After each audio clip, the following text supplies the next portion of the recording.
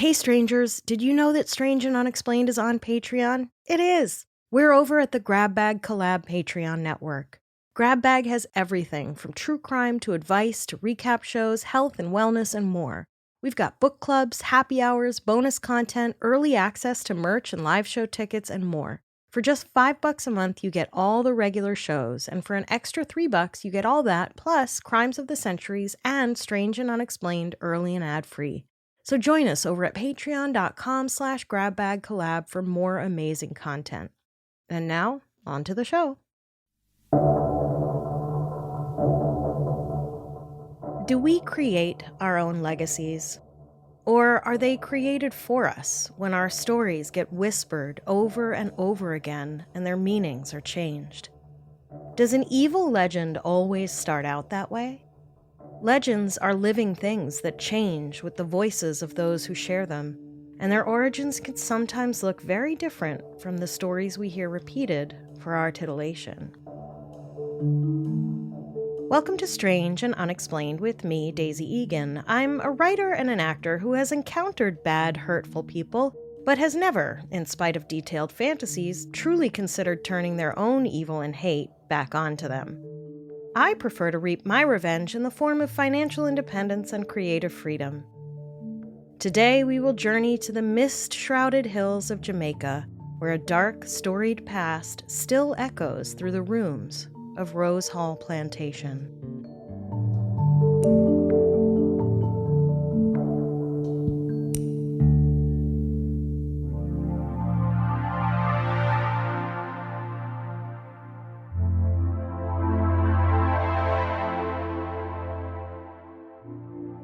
Rose Hall Plantation, or Rose Hall Great House, is a dramatic-looking 3-story whitewashed big-ass house located high on the hillside in lush St. James, Jamaica, overlooking Montego Bay. In a piece on GoNomad.com, the author describes the house's palatial proportions, saying, quote, "Rose Hall was nicknamed the Calendar House because it originally had 365 windows, 52 doors, and 12 bedrooms," end quote. That's a lot of Windex. Montego Bay is a dazzling place, lush and green with swaying palm trees on 7,000 acres of land overlooking the turquoise Caribbean Sea. Rose Hall's high arches and doorways and its solitary balcony over the front entrance strike an imposing yet romantic image. But behind the sweeping views of this tropical Arcadia lurks the lurid story of Annie Palmer, the White Witch of Rose Hall. The legend begins amidst the heat of Haiti, where some versions of her story say Annie Palmer, christened Annie Patterson, was born. Some iterations of her story claim she moved there from England or Ireland with her parents as a child of 6 or 7 or 10. The truth is, we don't know for sure. There's no clean biography of Annie, but rather fluid and vague details that have been assigned to her life in the centuries since she passed. We have no way of fact-checking these, but we'll try to pick the ones with the most corroboration and which make the most sense. One underlying theme throughout all accounts is that her life was marked by death from the start. Here's a version that seems plausible. As a young girl, Annie lost her parents to yellow fever, leaving her an orphan. Annie's Haitian nanny adopted her and took over her care and taught her the arts of voodoo and witchcraft. Sometime later, Annie left Haiti for Jamaica, either because her nanny died or because conditions in Haiti were unstable and violent. Or, I'm going to guess, maybe a mixture of the two. Annie arrived in Kingston and entered high society in search of an eligible bachelor to marry. One has to assume that she had inherited money from her parents. One doesn't just enter high society by chance. She was, by all accounts, very beautiful, and her beauty soon captured the attention of one John Palmer. Palmer had been the 4th and final husband of Rosa Kelly, for whom the Georgian-style mansion known as Rose Hall had been built in 1780. Rosa's second husband worked on the construction of the Grand Mansion until he died. Eventually, Rosa married John Palmer, who took up the effort of completing the grand estate. Then Rosa, too, died some years later, leaving Rose Hall to John Palmer. The estate included the plantation Palmyra, which came to about 1,900 acres, over 270 head of cattle, and 250 enslaved Africans. I feel gross even saying that. In March of 1820, when Annie was 18 years old and John was 35, the couple married and she became the next mistress of Rose Hall. The marriage proved to be an unhappy one. According to a piece on ancientorigins.com, quote, John was supposedly very abusive to Annie, hence the source of her scorn. She was reportedly unfaithful, having taken several male slaves as her lovers. It is unclear if her promiscuity triggered John's abuse or whether she took refuge in it because of his abuse and neglect. End quote. Lovers is an interesting word to use here. Where I come from, when someone tells a person who does not have as much power as they do, or in this case any power, that they have to have sex with them, we call that something else. Rape. Sexual assault. Also, to be clear, what triggered John's abuse was his belief that hitting a woman was ever an appropriate response to anything, not her promiscuity. Words matter. Either way, John discovered Annie with one of her sex slaves and beat her severely with a riding crop. I don't imagine the man got let off with a handshake either, but there is nothing in the history about whether John exacted punishment on him or not. I guess John's retaliation for his wife's affair, or maybe the abuse he supposedly subjected her to, didn't sit too well with Annie because she exacted her own revenge by poisoning her husband's wine and, as he lay dying, smothering him with his own pillow.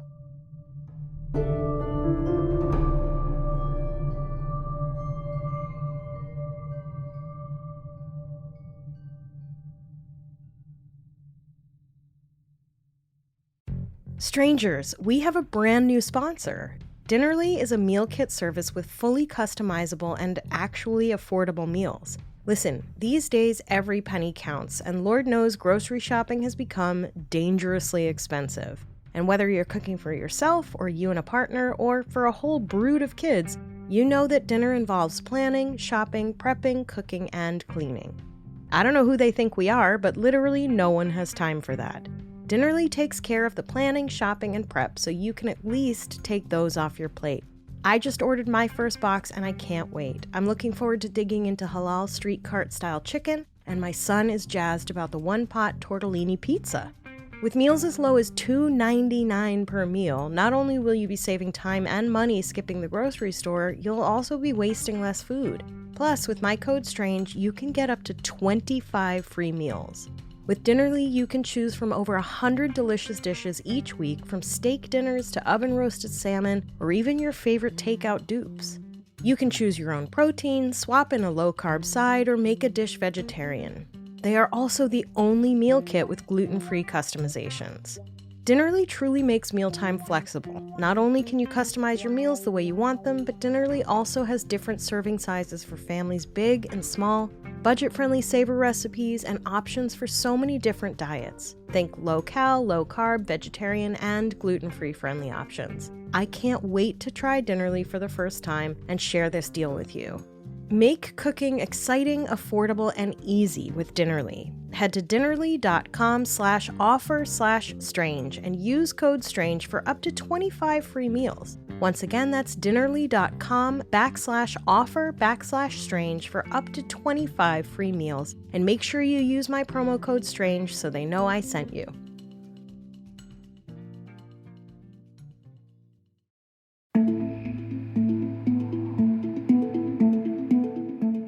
Aside from the fact that people who own human beings and make them do all the work suck, I would imagine they have way too much time on their hands and can easily spend that extra time thinking of creative ways of ridding themselves of a pesky husband.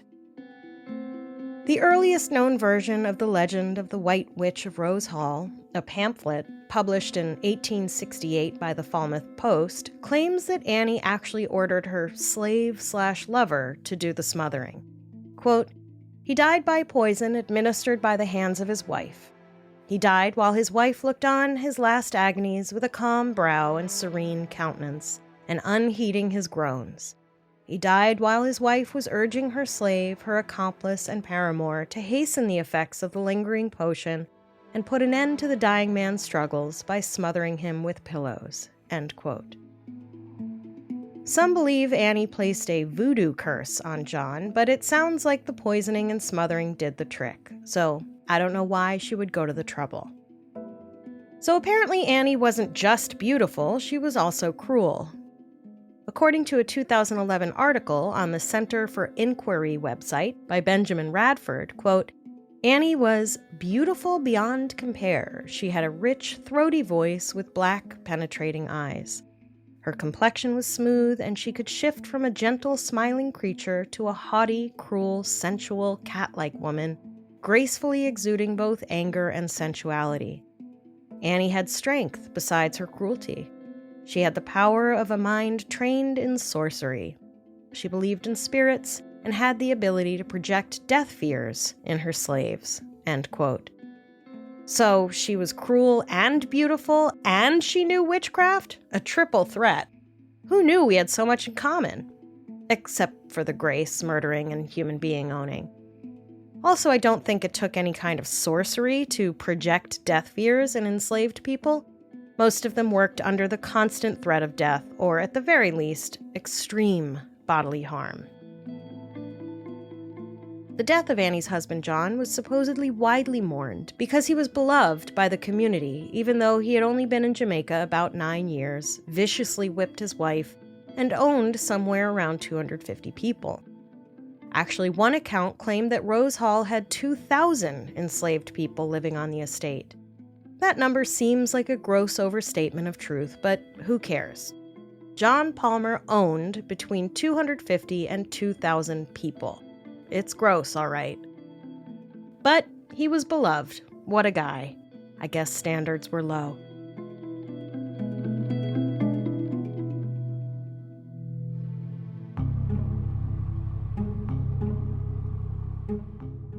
Annie, on the other hand, was less beloved. According to JamaicaExperience.com, quote, "Annie displayed an evil disposition towards the servants working in the home. Annie would have them whistle while serving the food. The whistling was to ensure that the servants would not eat any of the food. Meanwhile, the servants made sure they whistled because they feared Annie and were scared to death for their lives, as legend has it. Annie's evil disposition did not stop with the servants working in the house, but the fear of her carried over onto the slaves who worked in the field." End quote. Joke was on Annie, I guess, who clearly didn't know that asking someone to whistle while serving you food means they're literally spitting all over your food. Annie was not nice. She loved to take her aggressions out on the estate's enslaved people. Following John's murder, Annie believed her lover, that is, coerced non-consensual concubine, had told someone about their tryst, so naturally she beat him to death. These are garbage people. Following her husband's death, Annie inherited Rose Hall and John's fortune, and, according to ancient origins, quote, "After John's death, Annie continued her lascivious ways with her male slaves. But to quell potential rumors from emerging about her promiscuity, she remarried. Her other 2 husbands reportedly died under mysterious circumstances for which she was never accused.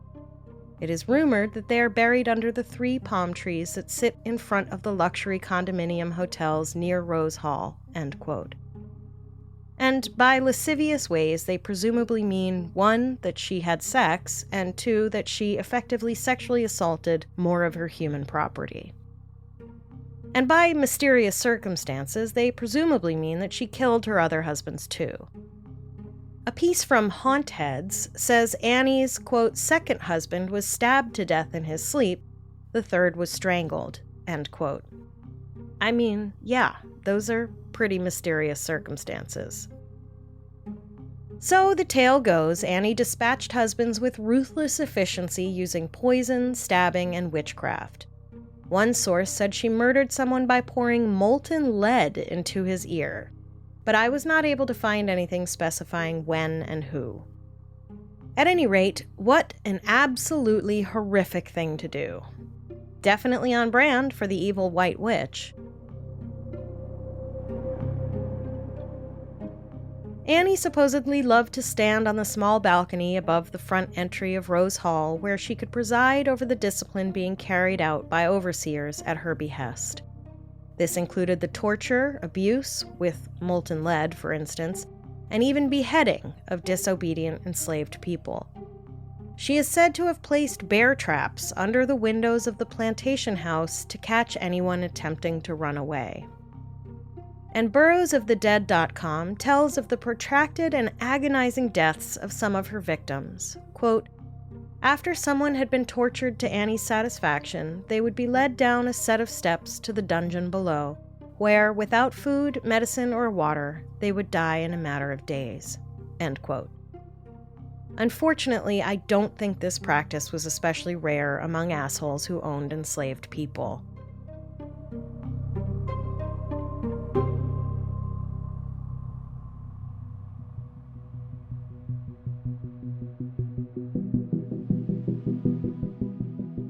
Annie also continued her practice of sexually assaulting enslaved men who were scared of her knowledge of the dark arts and believed she would curse their families if they disobeyed.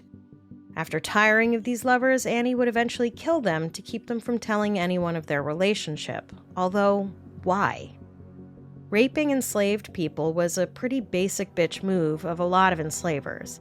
This woman wasn't unique. Besides, it kind of seems like everyone knew Annie was a holy terror. It kind of seems like she wanted it that way.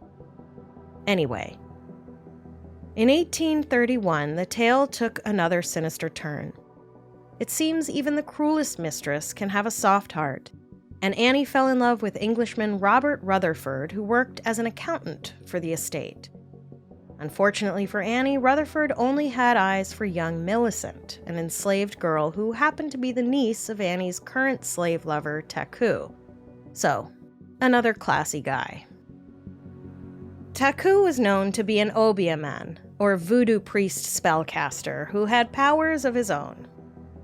Annie, in her jealousy and rage at being rejected by Robert Rutherford, killed Millicent by, according to haunt heads, quote, casting a spell upon her called Old Hige that caused her to wither and die, end quote. Quick question, did someone cast this spell on me? Can it be uncast? Is the spell perimenopause? And is Old Hige another way of saying old hag? I feel attacked.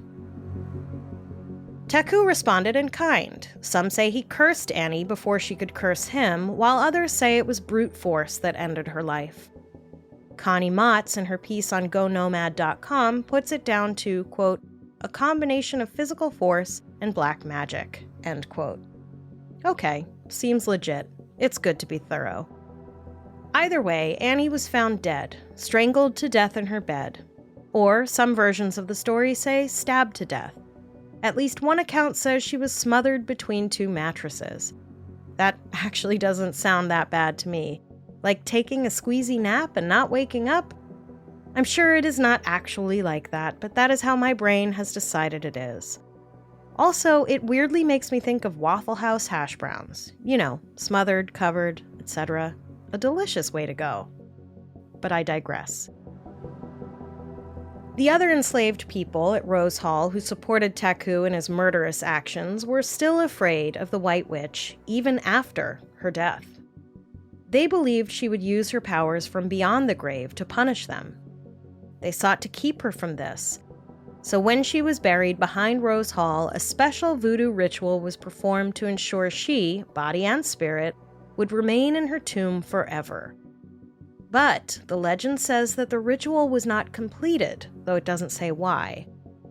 I'm no obeah person, but it seems like if you are so scared of someone that you believe they will come back from the dead to pour molten lead on you or whatever, that you would at least complete the one thing that would keep her from getting all poltergeisty.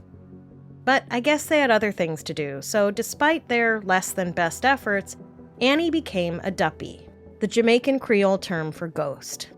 And her restless, malevolent spirit walks the house and roams the plantation today.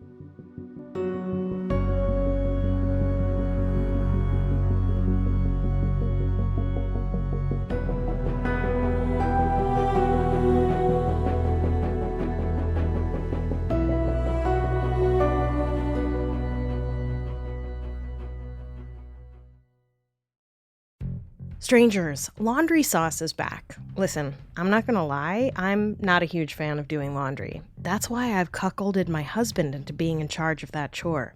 And when I told him laundry sauce was back, he was genuinely excited. Not only does laundry sauce smell nice, but it doesn't come in those awful huge plastic jugs that are impossible to fully empty unless you take a table saw to them.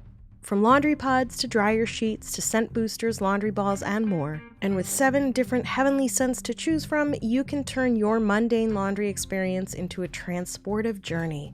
Just try not to get so carried away you fall asleep in a pile of warm, fresh, luxuriously scented laundry, which is totally not something I did recently. Laundry sauce smells so good that now I sometimes even volunteer to do laundry. Let me tell you, being surrounded by the scent of Egyptian rose while I watch The Walking Dead while I'm folding is a unique experience everyone should try at least once.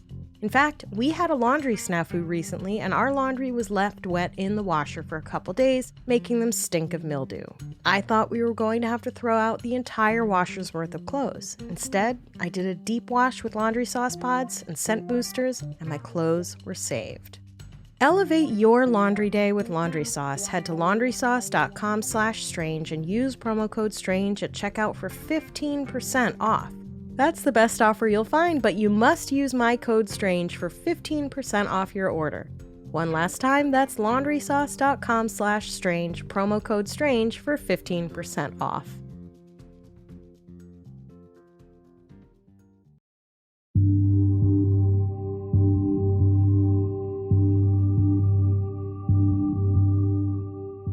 Annie's murder coincided with the Great Jamaican Slave Revolt of 1831 to 1832, also known as the Christmas Rebellion.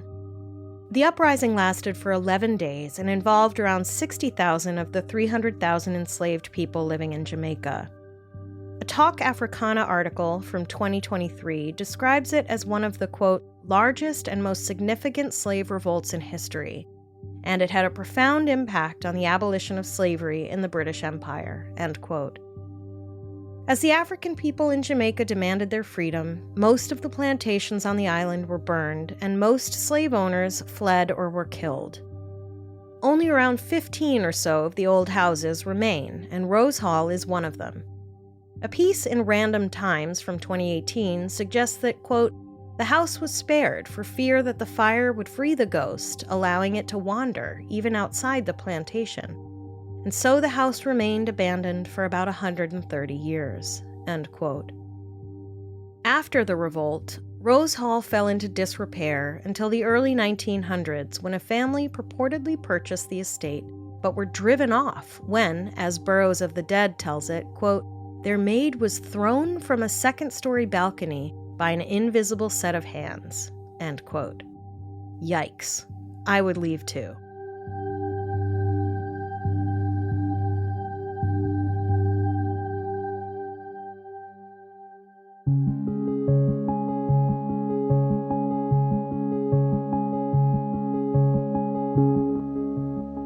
At last, in 1960, former Miss USA Michelle Rollins purchased Rose Hall, and she and her husband restored it to its former glory, decorating Annie's bedroom in red to symbolize her bloody legacy. Rose Hall eventually became part of the Hilton hotel chain, and more recently, a Ritz-Carlton resort. The Rose Hall property now boasts an adjoining 5-star resort hotel, 3 award-winning golf courses, and several private residential developments, in addition to a bar, souvenir shop, restaurant, and an offering of tours tailored to the tourist interested in paranormal activity. Because, even more than a century after her death, sightings of Rose Hall's former mistress continue.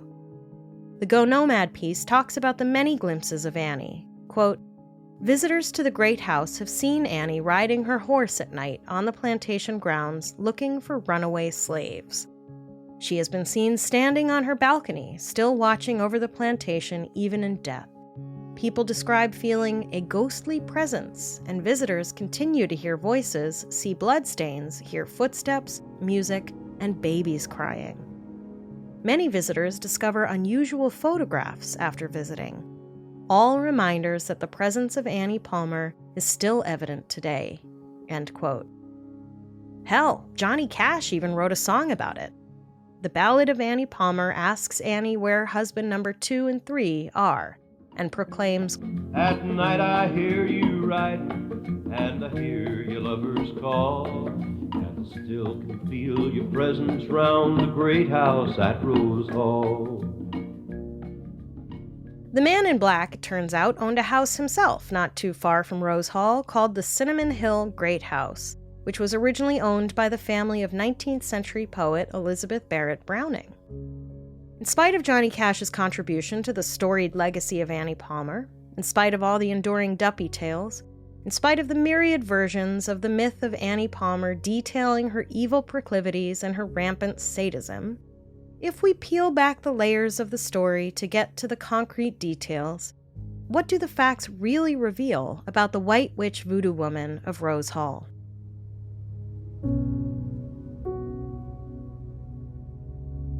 Ghost Hunters International traveled to Montego Bay, Jamaica to investigate the haunting of Rose Hall in 2010. The paranormal investigative team found little evidence of a haunting. Not that as a viewer of the show you could tell the difference anyway. It really just seems like a lot of grainy night footage with people saying, "I smell something." Yeah, I smell something too, Bob, and it's gonna haunt me. But it has nothing to do with ghosts, you know what I mean? It has to do with a high-fiber diet and a mild dairy allergy. This episode is brought to you by Ritual. Just kidding! The team debunked a number of ghostly claims made about and by Rose Hall. The ghastly image of Annie's face in the mirror was a blurry reflection of a vase across from the mirror. The team figured out that liquor bottles moving around on the bar in the cocktail lounge inside the dungeon were caused by a scurrying rat. They shared this with the manager of Rose Hall, who managed to keep her face serene as she said, "Oh, thank you for noticing that." I'm sure she was thrilled that what everyone thought was the ghost of the White Witch bringing in tourists year after year was actually a sign of a vermin infestation, and it was revealed on international television. But Ghost Hunters International are not the only skeptics that take on Rose Hall and its scandalous past. Known skeptic Benjamin Radford of the Center for Inquiry investigated Rose Hall and its wicked haunting in 2007. He came away with the definitive impression that not only was Rose Hall not haunted, but that Annie Palmer, of legend, didn't even exist.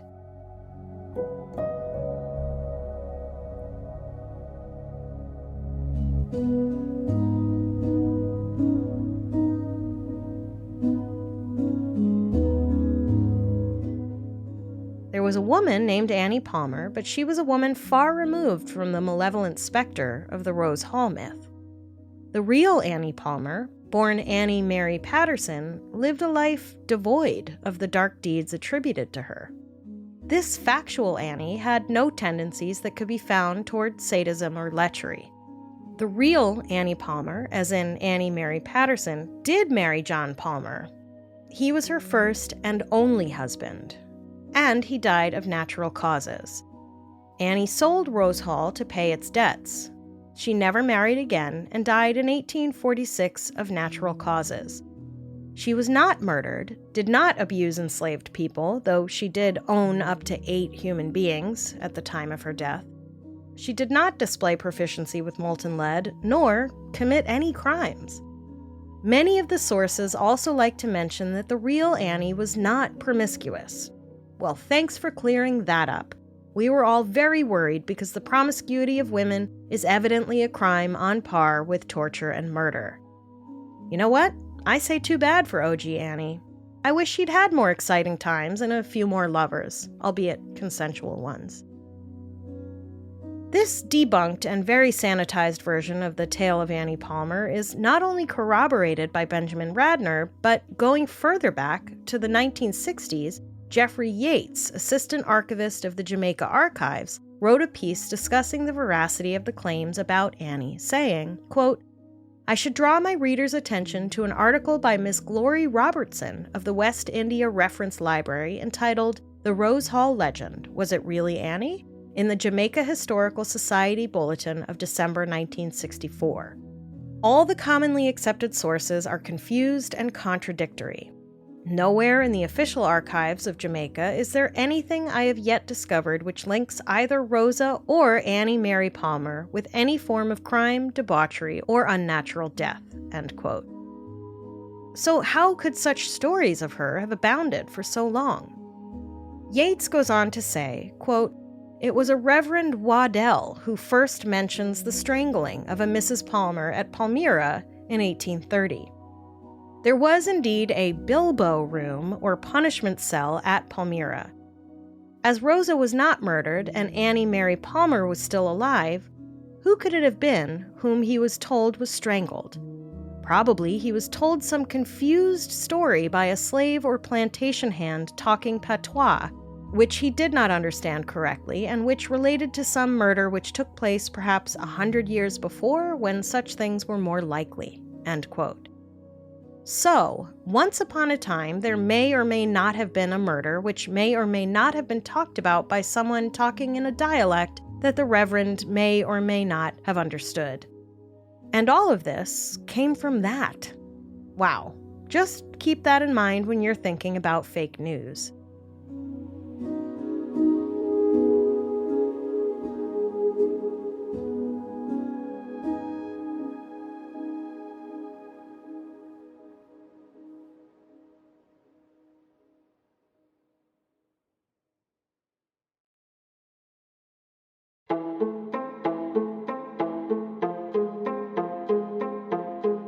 When you look even farther back into the legend of the White Witch, it seems there were skeptics all along pointing out the impossibility of what was being said about Annie Palmer. Radford's research pointed to a well-known Jamaican novel as the de facto source of the sordid tale of Annie. The book, called The White Witch of Rose Hall, was published in 1929 by Herbert G. de Lisser. Annie Palmer is the title character in the book, which took what was, by then, already a textured and growing lore and expanded on it most creatively. The novel may have been a work of fiction, but when has that ever stopped people from believing what is inside? Fake memoirist James Fry would have a field day with Annie's life. Radford asserts that the novel certainly contributed greatly to the established tall tale that has been parroted over and over until today. As far back as 1895, only 64 years after Annie Palmer was supposedly scattered, smothered, and covered to death by Taku, and only 27 years after the Falmouth Post published its pamphlet about her, doubts and aspirations were cast over the stories that already profligated around Annie's memory. The Kingston Daily Gleaner published a letter from someone doubting that the crimes outlined by the Falmouth Post could have been committed as they were described. The Gleaner also published a response from John Broderick, who claimed to be an overseer for Annie Palmer and also claimed to be the source of the original story. These letters were the start of a public debate that went on for months about the identity of the perpetrator of the crimes described in the story. After about 8 or so published letters from the two original correspondents, an employee of the Records Office and the editor of the Gleaner, the takeaway was, more or less, quote, "There was another lady of the same name who was as good as the other was bad." End quote. So there you have it.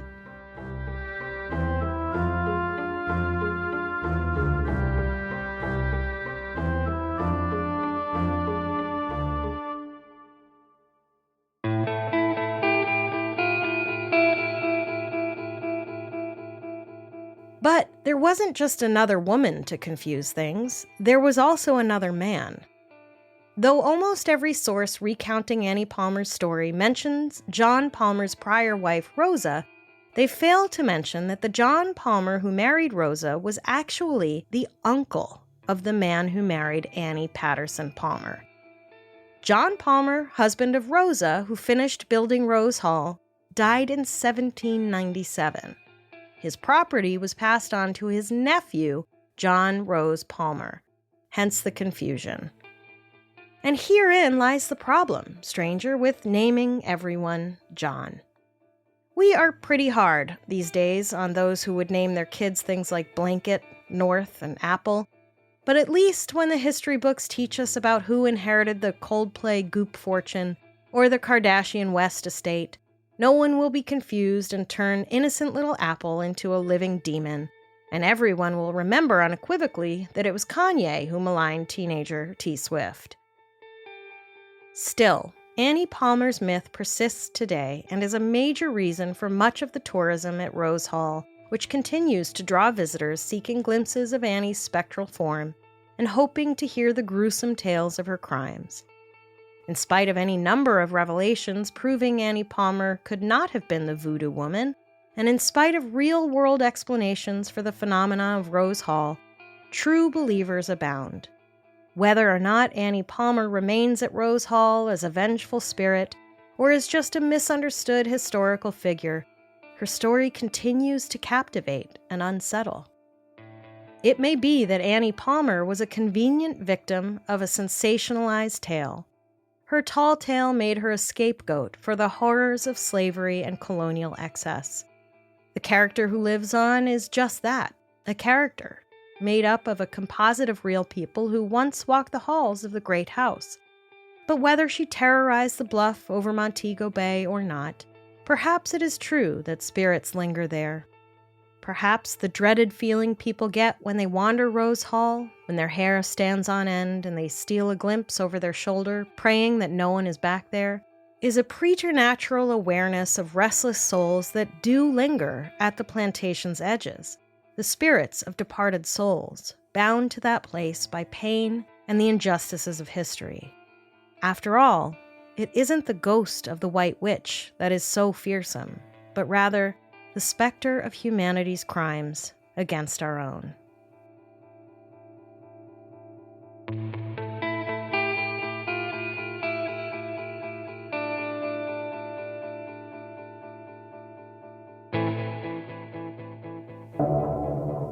Next time on Strange and Unexplained. On April 16th, 1977, the king of rock and roll died. Or did he? When Elvis left the building, is it possible he entered the witness protection program? There are still thousands who will tell you that Elvis Presley is alive and well and living in Simi Valley. Strange and Unexplained is a production of Three Goose Entertainment with help from Grab Bag Collab. This episode was written by me and Eve Kerrigan, research by the Strange Research Squad, editing help from Amber Hunt, and sound engineering and mixing by Henry Lavoie. Special thanks this week to Barry Siegel. If you have an idea for an episode, head to our website, strangeandunexplainedpod.com, and fill out the contact form. I will write back. For more amazing content, join us at patreon.com/grabbagcollab, where for just $5 a month you get all the Grab Bag exclusive shows, and for $8 you get those, plus Amber Hunt's Crimes of the Centuries and Strange and Unexplained early and ad-free. Grab Bag is an all-female and non-binary owned profit-share network where our contributors get to keep ownership of their shows. We strive to give a platform to those who might not be able to land themselves on a bigger network. Who knows, maybe you have a podcast idea you'd like to pitch to Grab Bag. We've got live recordings, watch parties, book clubs, and more. Why, there's so much going on over at Grab Bag, you'll wonder if we missed the memo on how capitalism works. Join me on Instagram at SNUPod, Daisy Egan, and Grab Bag Collab. Or head to the Facebook page to join in the conversation. If you like the show, please visit a sponsor with our unique code, give us a quick review and 5 stars, subscribe and download, and tell a friend. If you don't like the show, the name of the podcast is the Matt Walsh Show Podcast. Stay strange.